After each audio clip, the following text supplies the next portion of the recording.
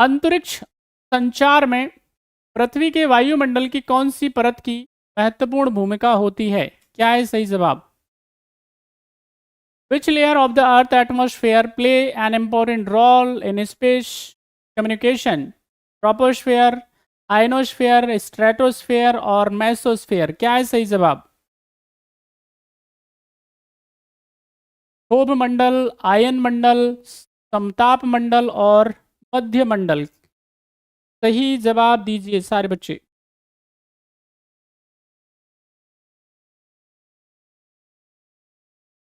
चलिए बढ़िया है, सुने ध्यान से। देखिए यहाँ पे हम बात करते हैं किसके बारे में?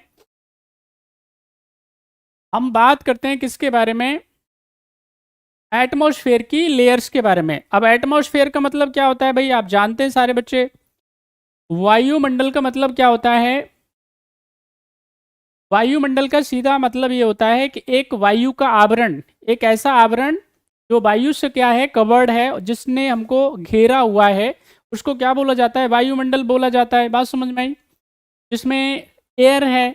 अच्छा, यहाँ पे क्या है, आपको हमने कई बार कंपोजिशन बताया है एटमॉस्फेयर का, वायुमंडल का। उसमें हमने बताया आपको कि भाई यहाँ पे गैसियस कंपोजिशन है, जिसमें नाइट्रोजन की मात्रा सबसे ज़्यादा है, ऑक्सीजन उसके बाद है। नाइट्रोजन का हमने 78% बताया आपको, ऑक्सीजन का हमने 21% के आसपास बताया अप्रोक्स। तीसरे नंबर पे हमने बताया आपको आर्गन गैस लगभग 0.93% के आसपास बताया हमने आपको। और फिर हमने आपको बताया है किसके बारे में? कार्बन डाइऑक्साइड के बारे में। चौथे नंबर पे the fourth most abundant gas in atmosphere, ये हमने बताया आपको 0.03% से लेकर के 0.04% के आसपास। ठीक है, बाकी फिर अदर गैसेस हैं उसमें, वो सब हमने आपको कई बारी बताया हुआ है। तो पहले नंबर पे जब हम बात करेंगे, जैसे जैसे क्या होगा, इक्वेटर से आप ऊपर की तरफ जाते हैं, बात समझ में आई? आपकी जैसे जैसे हाइट बढ़ती है यहाँ पे, तो अब क्या है, यहाँ पे गैसियस आपको क्या मिलेगा? आवरण मिलेगा। तो पहले नंबर पे हम बात करते हैं किसके बारे में? ट्रोपो के बारे में। यहाँ पे ट्रोपोस्फेयर की बात करते हैं। ट्रोपोस्फेयर क्या है? पहला आवरण आएगा, यानी लेयर है। दूसरे नंबर पे आप सारे बच्चे जानते हैं स्ट्रेटो आता है, फिर आपके पास में मैसो आता है, और मैसो के बाद में फोर्थ नंबर पे आता है थर्मो। अब थर्मो को क्या किया जाता है? थर्मो को क्या करेंगे आप, यहाँ पे सारे बच्चे समझें। थर्मो जो लेयर है उसको बांट दीजिए आप दो भागों में। उसमें पहले नंबर पे आता है आइनो, और फिर आता है आपके पास में एक्सोस्फेयर, यानी आयनोस्फेयर। आयनोस्फेयर के बाद में यानी दो लेयर किसकी होंगी?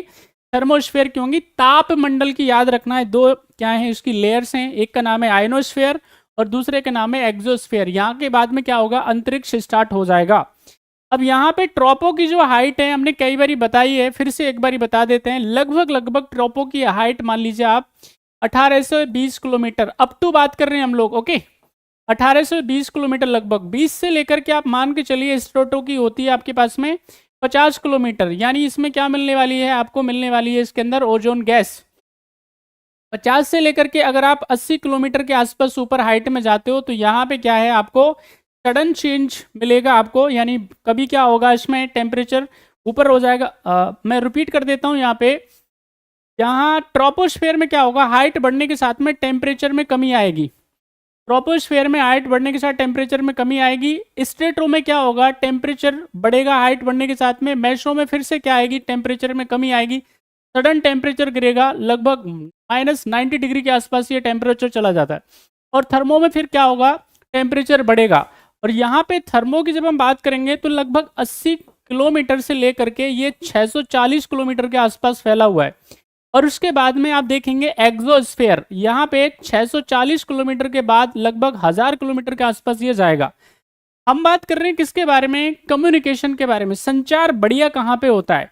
ये आयनोस्फेयर में होता है। और आयनोस्फेयर में क्या होगा, आयन्स मिलेंगे, उसमें कैटायन्स होंगे, एनायन्स होंगे, यानी ऋणायन और धनायन होंगे। तो इसमें रेडियो संचार पूरी तरह से हो पाता है। इसलिए आप यहाँ पे देखेंगे कि ये बड़ा क्या करता है, हमको फायदा पहुंचाता है अंतरिक्ष संचार के लिए। तो इसका जो सही आंसर है क्या हो जाएगा? आयनोस्फेयर। अच्छा, और डिटेल में अगर आपको जानना हो तो क्या है भाई, कृपया करके इस पे लेक्चर पड़े हुए हैं, खूब डिटेल में पड़े हुए हैं, आप जाकर के देख लेना, पूरा इसमें समझाया गया है। चलिए नेक्स्ट क्वेश्चन हम बढ़ते हैं। क्वेश्चन नंबर 4, जल्दी बताएं क्या होगा सही जवाब।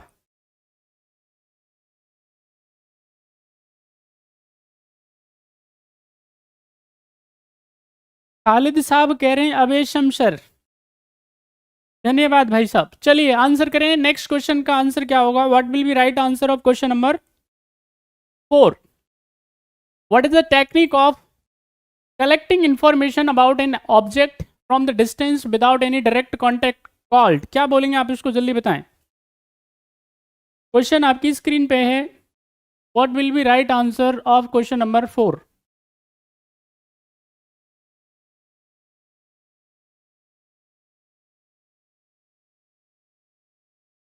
क्वेश्चन को ध्यान से पढ़िए और फिर आंसर करिए।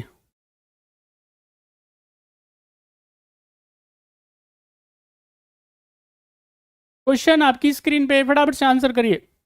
प्रत्यक्ष रूप से संपर्क में आए बिना या संपर्क किए बिना दूर से किसी वस्तु के बारे में सूचना एकत्र करने की तकनीक को क्या कहा जाता है? What will be right answer of question number 4?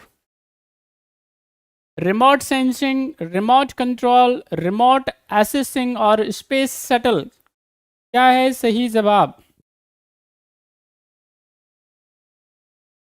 What will be right answer of question number 4? चलिए, remote sensing is the right answer. अब मुझे फटाफट से कोई 2-4 रिमोट सेंसिंग सैटेलाइट्स के नाम बताइए, अगर किसी को पता हो तो। रिमोट सेंसिंग मुझे जल्दी से बताइए अगर किसी को पता हो तो। यहाँ पे क्या होगा भाई, रिमोट सेंसिंग का मतलब हम क्या करते हैं, हमारे अंतरिक्ष वैज्ञानिक जो जितने भी होते हैं वो क्या करते हैं, वो अंतरिक्ष से ही पता कर लेते हैं, ठीक है कि नहीं, कि जम्मू कश्मीर में क्या हो रहा है, कैसा मौसम रहने वाला है, बारिश आएगी कि नहीं आएगी, है ना। ये तमाम चीज़ें क्या कर लेते हैं, वो स्पेस से पता कर लेते हैं। बात समझ में आई? उसकी वजह क्या है, हमारे पास में रिमोट सेंसिंग सैटेलाइट्स की क्या है, हमारे पास में एक पूरी सीरीज है। समझ में आ रही है? रिमोट सेंसिंग के लिए हमारे पास में क्या है, पूरी सीरीज है। आजकल तो आप देखेंगे कि हमने क्या किया है, भारत सरकार इस पे काम भी कर रही है। जैसे पूरी दुनिया में आपने जीपीएस के बारे में सुना होगा, ग्लोबल पोजीशनिंग सिस्टम बोलते हैं। आप कहाँ पे हो, आपकी पोजीशन कहाँ पे है, वो पूरा आपको पता चल जाएगा। बात समझ में आई? आप जा सकते हो, आपको कोई करंट लोकेशन भेज दे, आप पहुँच जाएंगे।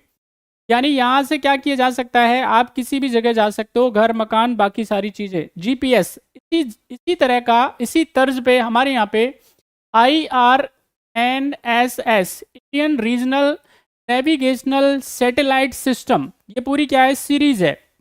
IRNS-A, then B, then C, then D, then E, then F, like that.